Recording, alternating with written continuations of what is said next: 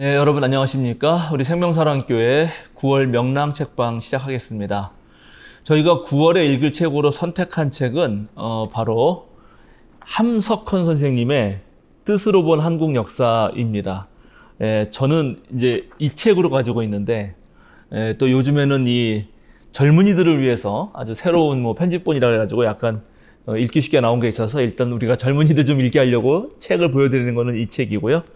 그리고 여태까지 명랑 책방은 제가 좀 많은 얘기를 하기도 했는데 오늘은 그런 식으로 하지 않고 제가 좀 귀한 손님을 모셨습니다. 먼저 잠깐 생명교회 원로 목사님이시고 또 함석헌 선생님의 영적 아들이라고 해야 되나, 또 평생을 함께 하시고 평생을 함 선생님 책과 더불어서 살아가시고 그 뜻을 이어가시는 문대골 목사님 모셨습니다.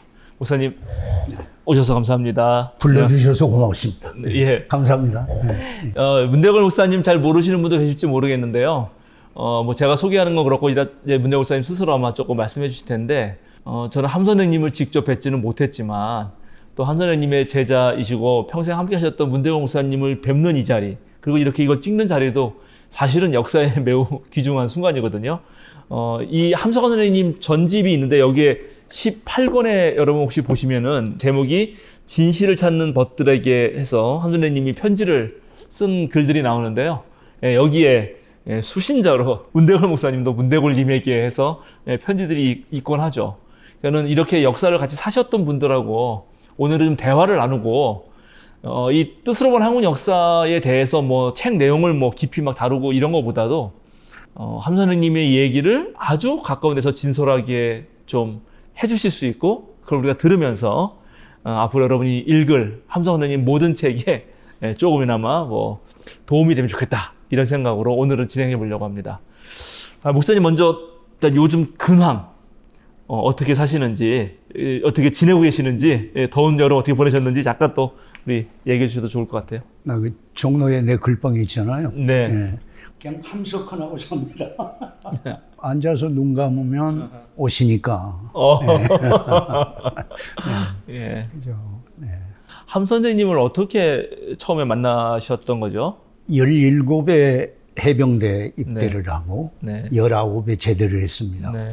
2년 10개월 근무를 했는데 이제 제대를 하게 되면 그 제대 휴가를 줍니다. 네, 마지막에. 예, 마지막 휴가를. 저희는 병장 말년 휴가라고 그렇게 불렀습니다만. 네. 예. 휴가를 줬는데 이제 휴가증을 받아가지고 서울에 나왔죠. 어디 갈 데가 있는 것도 아니고. 예. 서울역에 앉았는데 대합실에 모두 앉았는데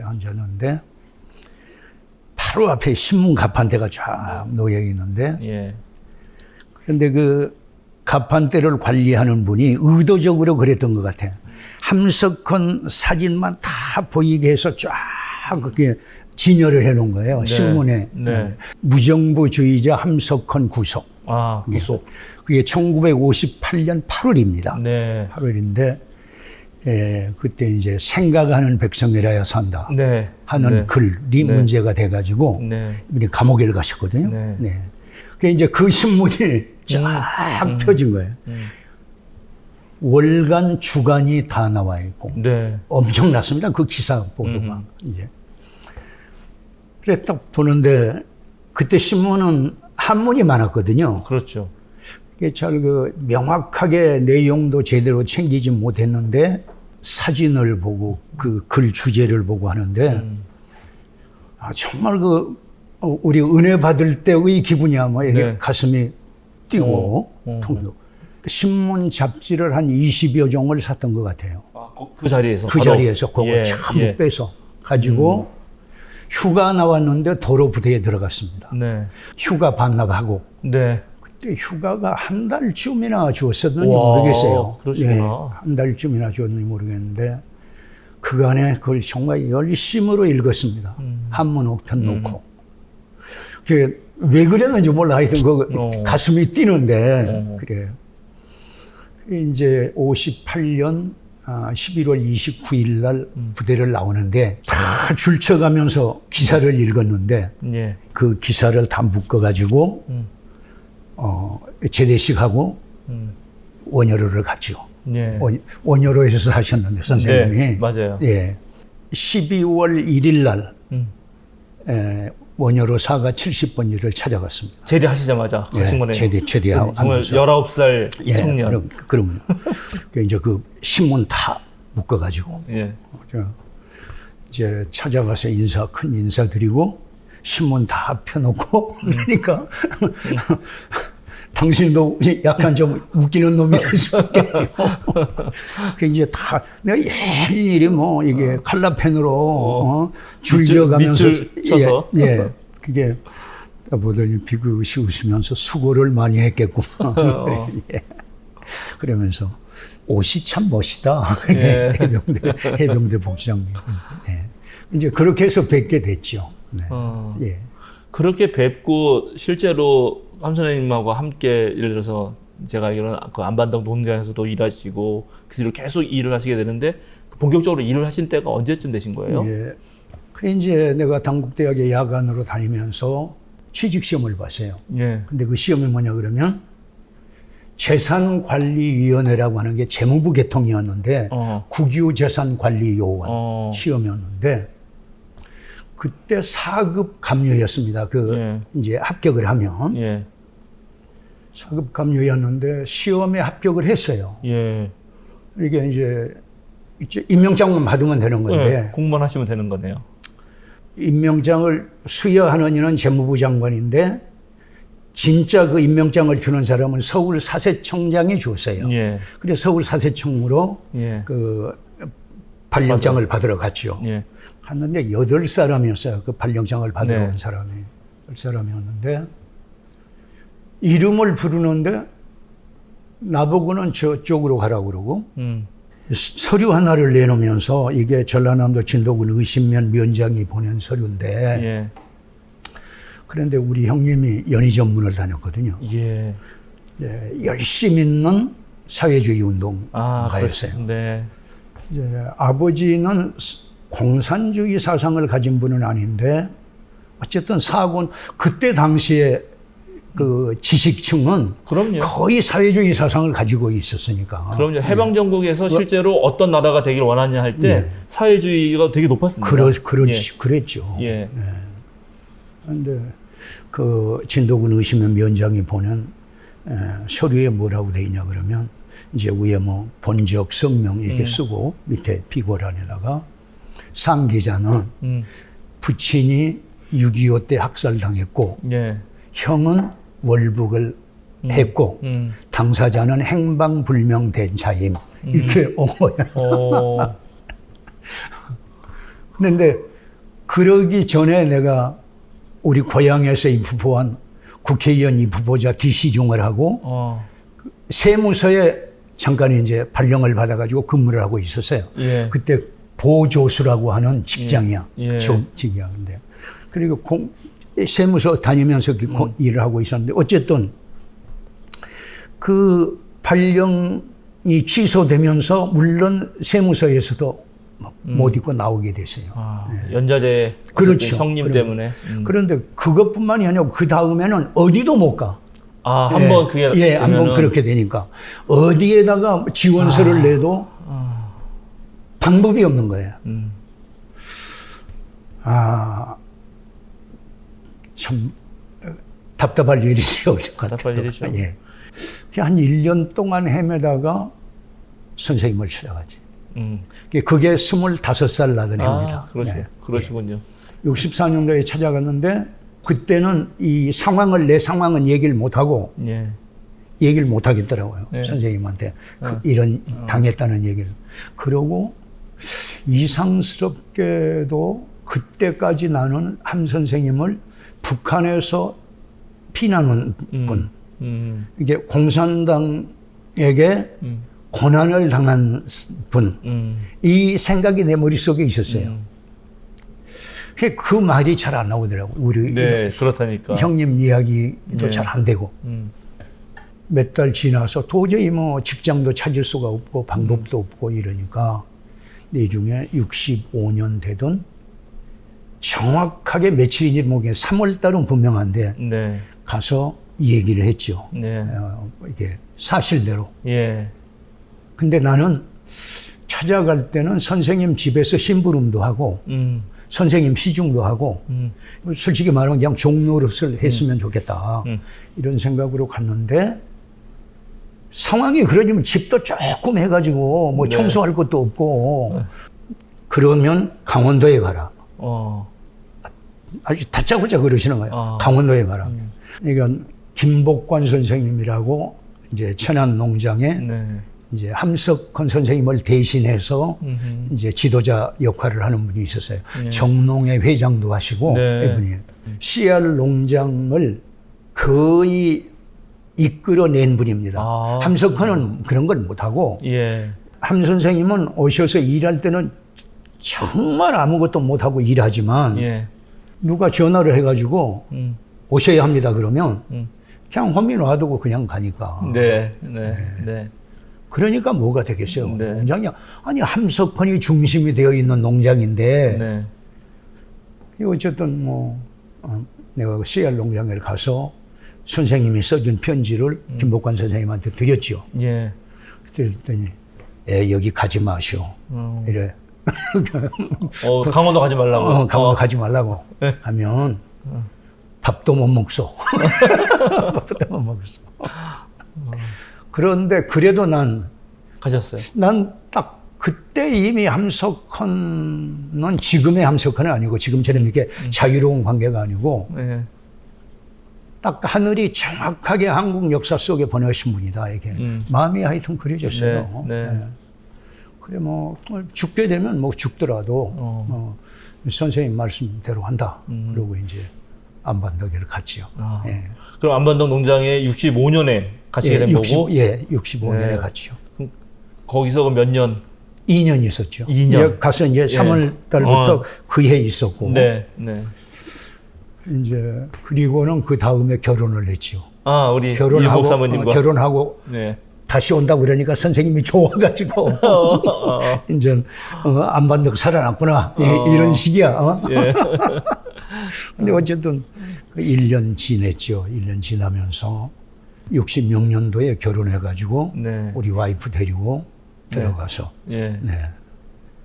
봄에 가가지고 우리 와이프는 가을에 애기 배 가지고 내려가고 우리 혈이 배 가지고 네. 예, 네. 내려가고 나는 거기 좀 더 있고. 예.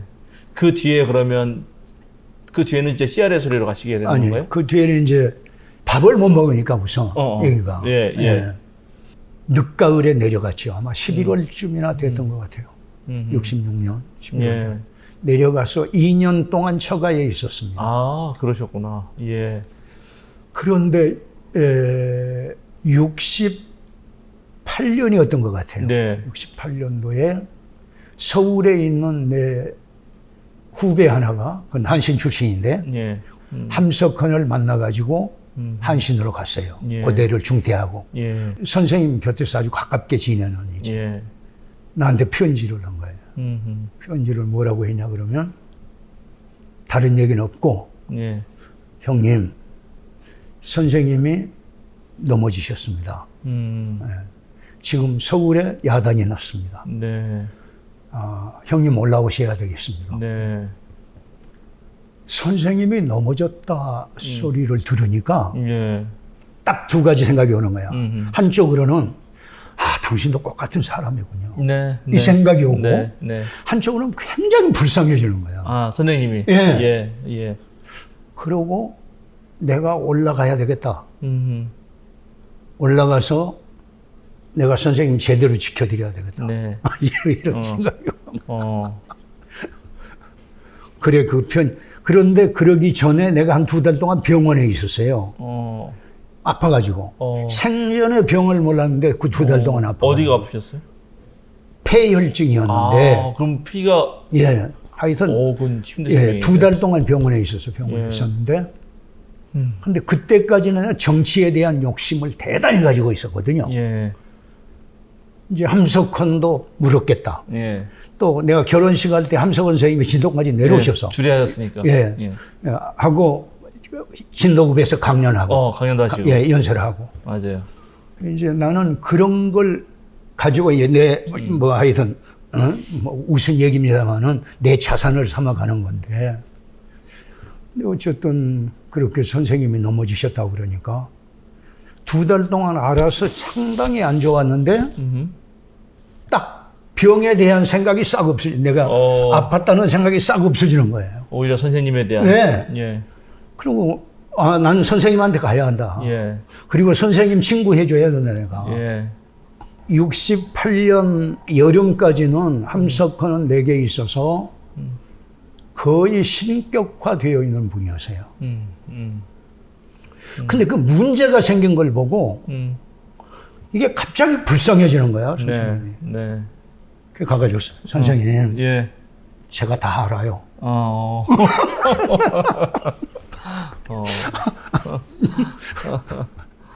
아니 그러니까 선생님이 약간 눈물을 보이시는 거야. 야, 내가 왜 이러냐. 아휴, 내가 왜 이러냐 말을 듣는데, 네.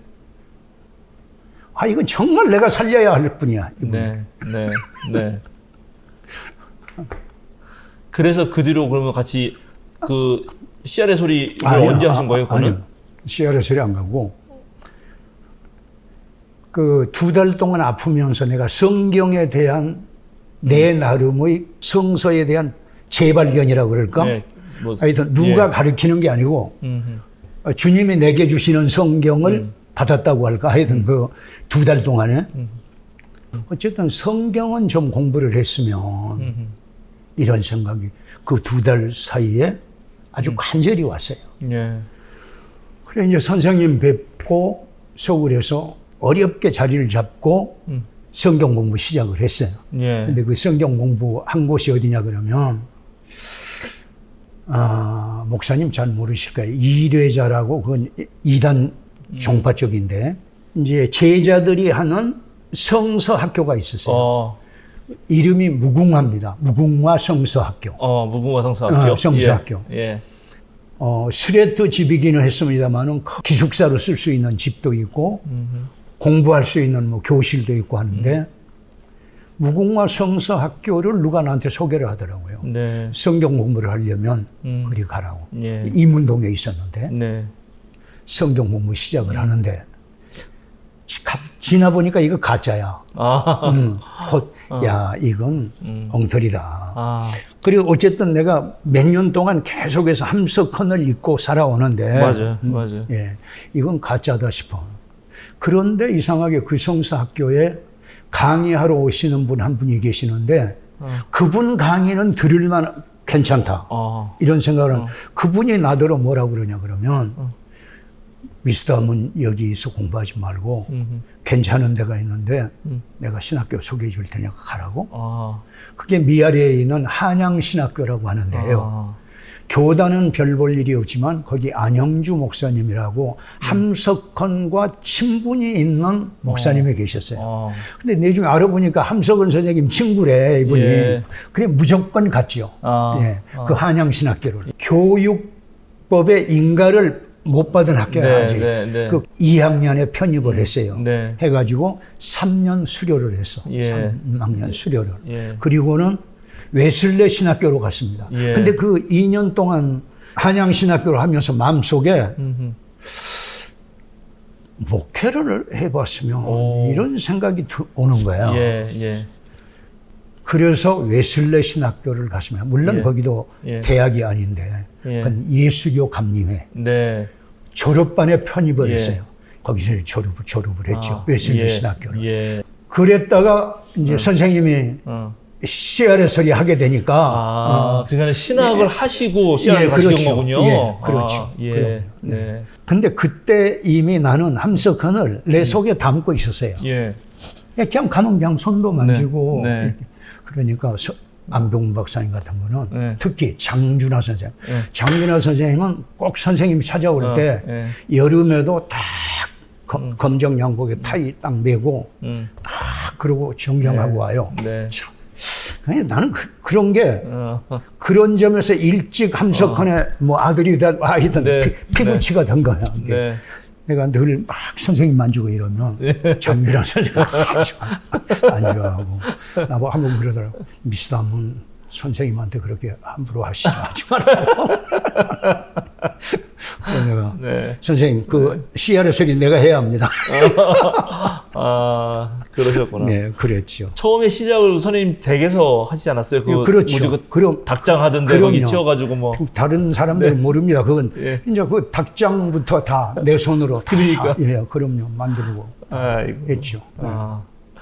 그런데 얼마 나오지도 않아서 참, 고생하셨잖아요.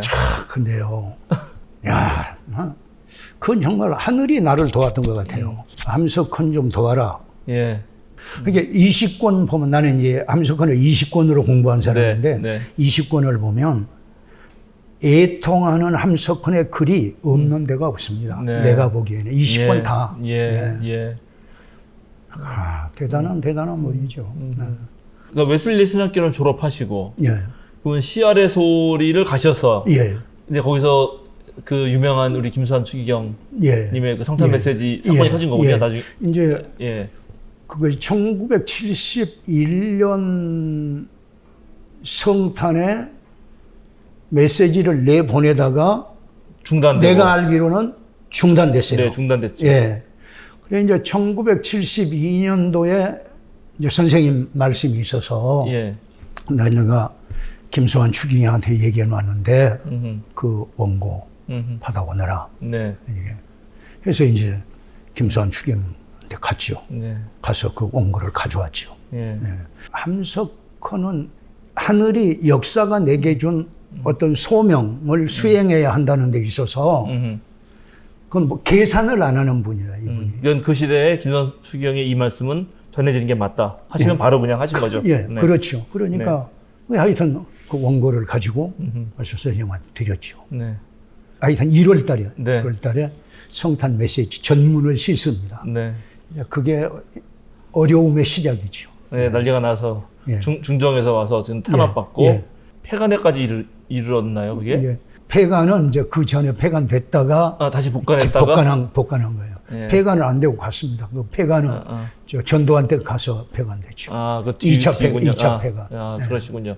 어쨌든 이제 목사님은 아주 그 어린 시절에 어쨌든 부모님 이제 6.25 때 여의시고 함 선생님의 그 가판대의 얼굴 속에서 뭔가 종교 체험을 하시고 평생 선생님 곁에서 선생님의 뜻을 가지고 사시겠다 한 거고, 물론 목회하실 때 선생님을 자주 뵐 수 없었지만 CR의 모임 이런 거 계속 이어가시면서 평생을 우리 이제 문대건 목사님은 우리 정본이라고 부르는 이 함 선생님이 직접 관여하셨던 이 20권의 책이 있습니다. 한서 전집.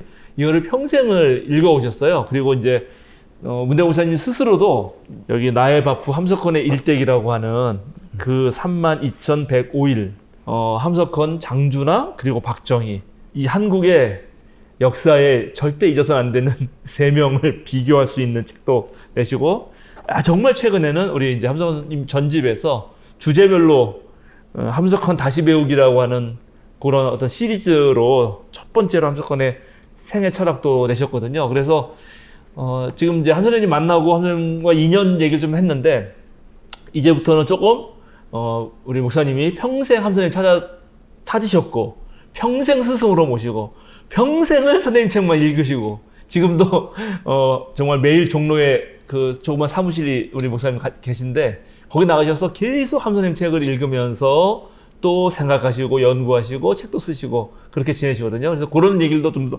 해보겠습니다. 목사님 생각하시기에 야, 함석헌 선생님은 이런 점에서는 진짜 이건 남들이 못 따라갈 것 같다. 옆에서 보신 분으로 그런 거 뭐 한두 가지라도 어떤 일화가 됐든 말씀이 됐든 들려주시면 좋을 것 같아요. 함석헌은 배워서는 따를 수 없는 사람입니다. 그러니까 함석헌이 어떻게 살았나 산 걸 체감을 하고 그걸 내가 해봐야지. 몸으로. 예, 해봐야 함석헌의 생애 지경이 어떤 것이었다라고 말할 수 있고 바로 생각할 수 있죠. 네. 네. 함석헌은 적어도 권력과 돈, 소유에서는 완전히 자유한 사람이에요. 여기 그 씨알의 소리 천안에 있던 그 땅을 12,000평인데 그걸 이제 뭐 얘기 듣다 아시겠습니다만은 예. 정만수 선생님이 주신 거 네. 아닙니까? 이 땅 때문에 싸움을 참 많이 했습니다. 여러 사람들이 여기저기서. 땅이 있으니까요. 예. 네. 왜냐? 그 소유권 때문에 그러는 거야. 예. 근데 그 땅을 12,000평을 주었는데 그거 적은 땅입니까? 그 주신 분은 자기 생을 건 겁니다, 거기. 예. 그런데 함석헌은 이게 귀하지를 않아.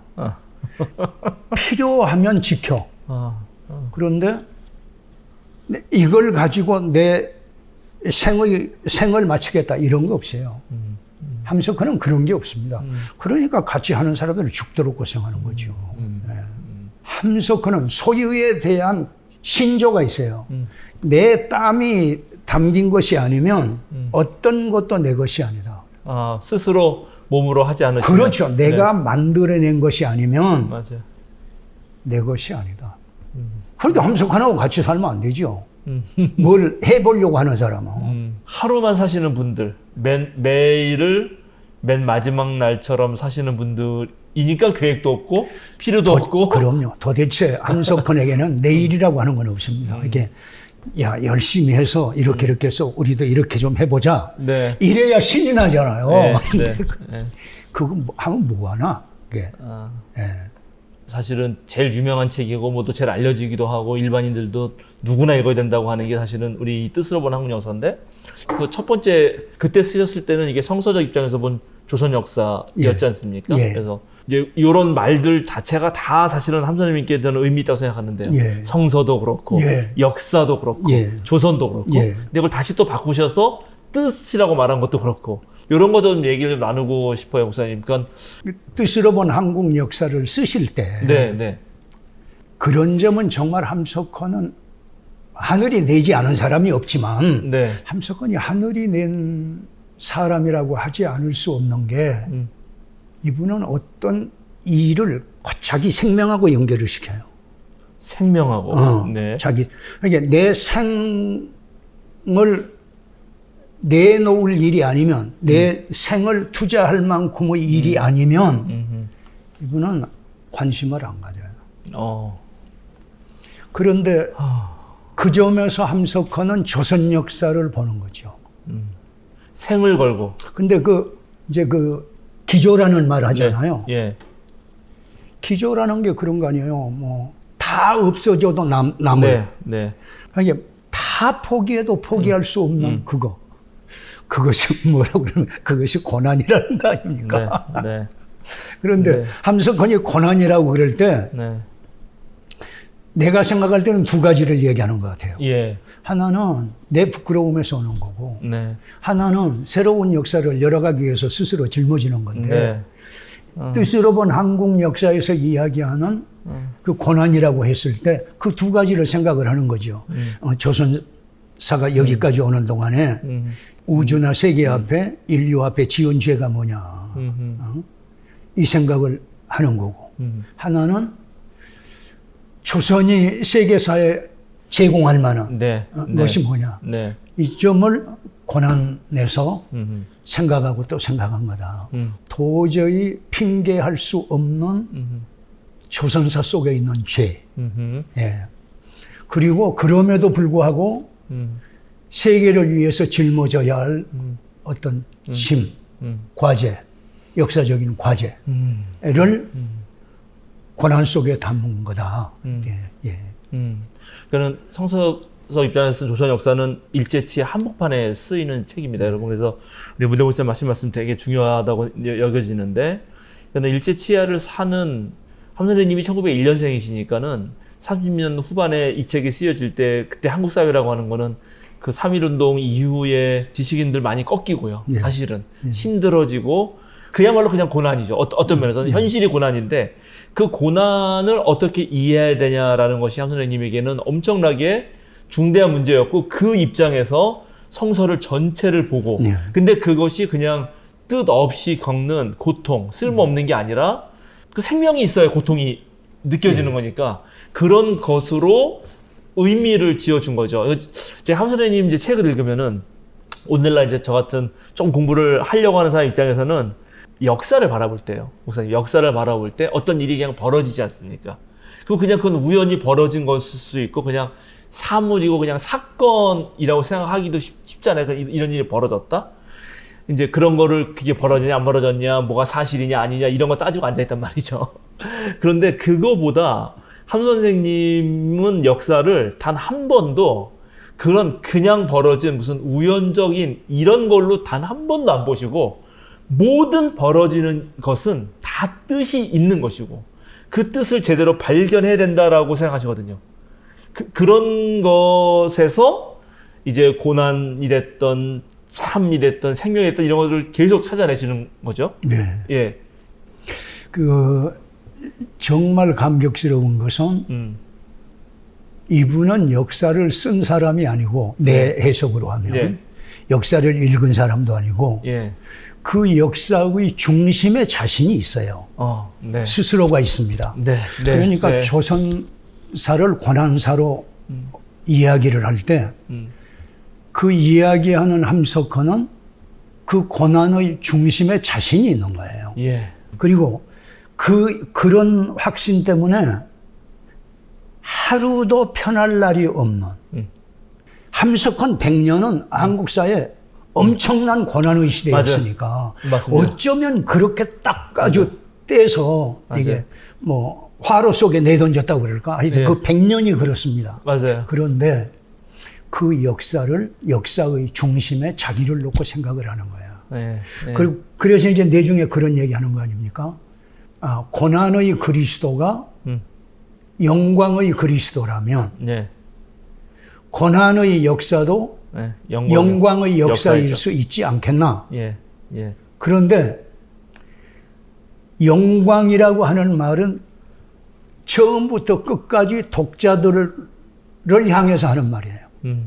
이건 꼭 아셔야 됩니다. 이 고난이라는 말은 처음부터 끝까지 그 중심에 자기가 있어요. 네. 이 말씀을 듣고 제가 딱 생각이 확 퍼뜩 떠오르는 거는 뭐 저는 한참 뭐 목사님 앞에서는 될 것도 아니지만 그냥 떠오르는 것은 선생님은 하나와 전체도 구분이 안 되거든요. 그렇습니다. 그 하나가 전체예요. 예, 그렇습니다. 그런 게 우리로서는 잘 이해가 안 가는데 근데 선생님은 그런 거 그리고 또 지금 들으니까 그래서 선생님이 성서적 입장에서라고 쓴 거구나. 그러니까 성서라는 말을 가져오신 것도 고난 때문에 가져오셨겠구나라고 생각이 들었어요. 물론이죠. 예, 물론이죠. 당연히. 기조가 고난이니까. 예, 그게 고난이니까요. 예. 함석헌이 바랬던 소위 CR 세상. 예. 함석헌의 글에는 복이라는 말이 없습니다. 없을 수밖에. 그럼요. 함석헌은 이렇게 얘기해요. 예수는 십자가를 져라. 만 얘기한 거다. 그 다음에 오는 축복이라는 말은 제자들이 붙인 거고 글 쓴 사람들이 붙인 거지 예수의 말 아니다. 네. 정말 함 선생님 뭐 제가 직접 뵙지도 못해서도 책만 읽고 이렇게 함 선생님 제자분들 얘기만 들으면은 저 같은 이제 뭐 어린 사람 입장에서는 가장 그 부끄러운 게 뭐냐면 이 세상에 뭐 자연과학이 발달하고 아무리 뭐가 이렇게 화려해졌는데 인간이 사람됨 자기 삶을 지금 방금 목사님 말씀하신 대로 매 순간 철저하게 살아내느냐를 보면 우리 요즘 사람들이 옛 어른들보다 훨씬 못 미쳐. 그런 거 정말 발치를 못 따라가는 것 같아요. 조금도 못 따라가는 것 같은 느낌이 너무 많이 받아서 참 그런 생각이 듭니다. 그러니까 제도권 교회를 불편하게 생각하실 수밖에 없었죠. 네. 예. 순간순간이 예배니까 예. 네. 나한테 주고 가신 게 네. 생이다. 네. 생이다. 생. 그럼요. 생이다. 생을 어떻게 하느냐. 답을 주기 위해서 기독교도 온 거고 불교도 온 거고 힌두교도 온 거다. 그러니까 생의 종교. 생을 위해서 종교가 존재하는 거지. 맞아요. 종교 때문에 생이 있는 게 아니다. 예. 그렇다면 예. 한순간도 헛생각할 수 없죠. 그런 점에서 함석헌은 인간의 경지를 넘은 분이다. 삶에 있어서. 예. 적어도 네. 예, 내가 이렇게 그러니까 미래의 꿈이라고 하는 것처럼 함석헌에게 있어서는 큰 죄가 없어요. 네. 네. 하나님과 계약은 지금만 된 거다. 다른 것은 다 버려도 좋다. 과거 버려도 좋고. 그러니까 회개도 함석헌은 아무리 눈물 흘리면서 회개해도 지금 주어진 일로만 답이 된다. 예. 제가 우리 생명사랑교회 와가지고 우리 교인분들하고 또 몇몇 같이 참여하는 분들하고 논어를 한 2년 월요일 아침마다 읽었는데 그때 이제 문 목사님도 같이 오셨어요. 그때 이제 함선님 얘기 좀 들려주시면서 이경해경이라는 전통적인 말이 있는데 보통 그거를 이제 그 그리스도교 공동체 내에서는 성경을 성경으로 해석한다 뭐 이런 식으로 해석하는데 함선님은 그러지 않으셨다. 함선님이 하나님으로서 주어진 삶에 대해서 충실할 때 오히려 그리스도교도 너무 작다. 너무 작다는 거죠. 그러니까는 성경도 이거 하나로만 가지고는 작은 거죠. 어떤 면에서는. 그러니까는 삶 전체를 아우르는 거는 어느 거든지 제 느낌 함선생님에서는 일체 장애가 없으신 것 같아요. 근데 나는 함석헌 말에 하나 이제 내가 동의하지 않는 게 하나 있는데 그것이 예수에 대한 고백입니다. 함석헌은 내가 믿는 그리스도는 역사적인 인물 예수가 아니다. 아니라고. 이렇게 얘기를 해요. 예수 안에 그리스도 거하시는데 그러니까 예수 안에 그리스도가 거한다 그러면 예수가 그리스도라는 말을 거부한 거 아닙니까? 일단. 그런데 나는 어떻게 생각하냐 그러면 예수는 명까지를 포기한 분이거든요. 이제 함석헌은 명을 위해서 종교가 존재하는 거다. 이런데 예수는 명까지를 내놓은 거예요. 아무것도 없는 무의 상태에 간 거 아닙니까? 십자가라고 하는 건 그런 거 아닙니까? 그런데 함석헌은 그런 게 아니고 나는 예수 안에 있는 그리스도를 믿는다. 내가 믿는 그리스도는 예수 안에 있는 그리스도와 하나라는 것 때문에 예수를 내가 쳐다보지 아니다 그러죠. 나는 예수는 믿어야죠. 왜? 딱 하나 때문에 그러죠. 예수는 예수 자신을 내놓은 거니까. 그것이 신앙의 알파요 오메가 아닙니까? 그렇죠. 다르게 말하면은 그리스도 교라 그럴 때는 이제 선생님 말씀하신 그대로 예수가 그리스도다라고 말하는 거죠. 그렇습니다. 그렇게 말하는 거죠. 그렇습니다. 그러니까 그런데 그렇게 고백을 하려면 항상 내가 어디 있어야 되냐 그러면 십자가에 있어야 한다. 아까 얘기 좀 더 이어가면은 성경을 읽을 때도 미국 사람이 읽는 성경하고 한국 사람이 읽는 성경하고는 다르다. 다를 수밖에 없는 게 전통도 다르고 들은 것도 다르니까. 그런데 그럴 때 역시 뭐 노자든 장자든 아니면 다른 뭐 인문서적이든 뭐든 읽으면 얼마든지 그것으로서도 성경 해석할 수 있고 그것이 상당히 의미가 있다. 그런 의미에서 이경해경이라는 말도 성경을 성경만 가지고 해석하는 게 아니라 그런 말씀 해주셨던 기억도 나고 그걸 요즘에 학교 이런 서양에서는 비교신학이라고 해가지고요. 비교신학. 비교신학. 영어로는 컴패러티브 시어러지입니다. 그래가지고 거기에서 하는 되게 중요한 방법론 중에 하나가 건너갔다 돌아오기라는 말이 있어요. 건너갔다 돌아오기. 그래서 서양 학자들은 원래 그리스도 문화에서 컸으니까 거기 있다가 다른 거 잘 모르잖아요. 그래서 아예 건너가 봐요. 힌두교로 건너가서 거기서 한 20년 넘게 힌두교 경전 공부하고 다 공부하는 겁니다. 그리고 다시 돌아와요. 건너가는 건 끝나는 게 아니라 돌아와서 다시 성경을 또 읽는 거예요. 그러면 힌두교 한 20년 읽은 게 도움이 된다는 거예요. 그게 이제 요즘에 말하는 비교신학의 되게 중요한 분과 중에 하나인데 함 선생님 뿐만 아니라 우리들은 옛날부터 그런 거를 그냥 자유자재로 해온 거고 그리고 이제 아마 함 선생님이 역사적 예수에 갇히지 않으려고 했던 이유는 우리는 이제 또 다른 신앙 고백이 있지만 거기에 갇힐 필요는 없다는 말씀으로 저는 이해해요. 함 선생님의 그 뜻은 그렇게 저렇게 해서 역시 우리에게 주어진 하나님으로서 주어진 생 그리고 소명을 살아내는데 당연히 예수님이 우리에게는 구세주고 중요한 분이지만 성경이든 뭐가 됐든 간에 그것을 깊이 이해하는 데는 어느 거든지 좀 너무 이렇게 갇혀 있게 하는 것보다는 충분히 다 소화할 해낸 느낌이라 그럴까? 그럴 때 저는 좀 되게 저 스스로도 해방감 같은 걸 좀 느끼거든요. 저는 다 교리에 얽매이고 너무 그런 게 있어서 예, 그것을 이제 천박하게 가자는 것보다는 깊이 있게 더 얼마든지 대화 가능할 텐데, 근데 그걸 너무나 함 선생님의 글을 읽으면은 이거는 약간 그냥 초반에 배워서 모른다. 근데 선생님도 분명히 배우셨을 텐데 뭐 선생님 나면서부터 다 하는 건 아니잖아요. 근데 저희가 드는 느낌은 배우신 거를 선생님 안에서 엄청 녹여낸 거다. 삭히고 삭힌단 말이 있거든요. 우리 그 육아 전통에는 삭히는 게 중요합니다. 삭히는. 그 공자가 그 유명한 말 중에 조문도 석사가이라고, 아침에 도를 들으면 저녁에 죽어도 좋다. 예요. 근데 보통 우리 같은 느낌을 들면 아침에 도를 들었으면 그게 좋으니까 아침에 죽어야 되는데 왜 저녁에 죽나, 이런 궁금증을 갖는데, 그게 이 동양 전통에서는 아침에 도 들은 것만은 안 되거든요. 그건 주워 들은 거잖아요. 그러니까 내가 살아서 그것이 완벽하게 아까 말씀하신 대로 개인과 역사, 하나와 전체, 나의 삶이 곧 생명의 삶인 것으로 해봐서 이제 됐다 그러면 죽는 거고, 그 하루를 이 사람이 삭힌 겁니다. 그 도에 대해서. 근데 우리 함 선생님의 글을 읽으면 이게 동서양을 막론하고 뭐 톨스토이가 됐든 간디가 됐든 읽으신 거를 분명히 삭히셨어요. 분명히 삭힌 다음에 글이 막 나오는 거예요. 그냥 이거 하여튼 뭐 목사님하고 벌써 이렇게 그냥 편하게 얘기하는데, 우리가 이게 편집되면 좀 짧게 나가겠지만 벌써 1시간 반 우리가 얘기했거든요. 조금 정리하자면 오늘 같은 목사님 말씀 중에는 계속 제가 지금 가슴에 남는 거는 고난인데 그 고난은 자기 얘기다 결국. 근데 이 자기는 사실은 얘기도 말하면 여기 막 듣는 분도 오해할 텐데, 그 자기는 오늘날 그렇게 자기 애적으로 자기에 빠져가지고 그런 자기 절대 아니거든, 함 선생님은.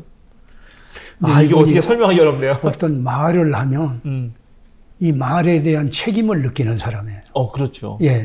그러니까 말이 살림이지, 살림 없는 말은 함석헌하고는 관계없는 거예요. 참.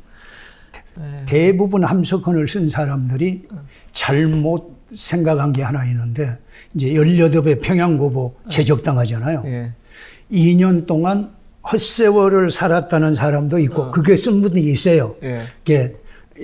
뭐 서러운 나날을 살았다라고도 하고, 헤매였다라고도 하고, 그 18배 평양고보 나온 다음에 2년 동안, 그러니까 이제 오산학교 가기까지 2년 동안. 근데 내가 볼 때는 함석헌에게 가장 이제 우리 기독교적인 말로 하나님께서 함석헌의 90년, 89년 생애에 가장 축복했던 생애가 나는 그 18부터 20이었다고 봐요. 2년. 그때는 아버지도 없고, 엄마도 없어요. 뭐 선생도 없고, 친구도 없어.